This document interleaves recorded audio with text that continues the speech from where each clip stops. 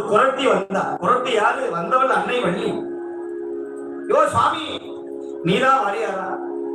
ஆகா, ஒரு சின்ன குரத்தி பொடிய, ஒரு சின்ன குளத்தி பொம்பளை என்ன பார்த்து யோ சுவாமிங்கிறாரு. ஊசிமணி வேணுமா, பாசிமணி வேணுமான்னு கேட்கிற பொம்பளை.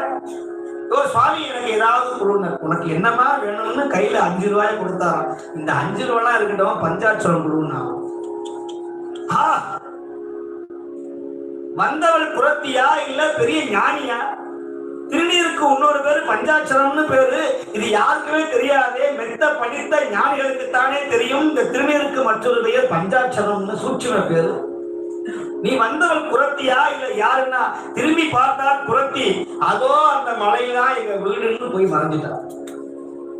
வாரியார் சுவாமிகள் பார்த்தார், இந்த குரத்தியை பார்க்கணும்னு போனார். போனவர் குரத்தியை பார்க்கவில்லை, குரத்தி வடிவிலே வந்த அன்னை வள்ளியினுடைய சுயம்பு வடிவத்தை கண்டார்.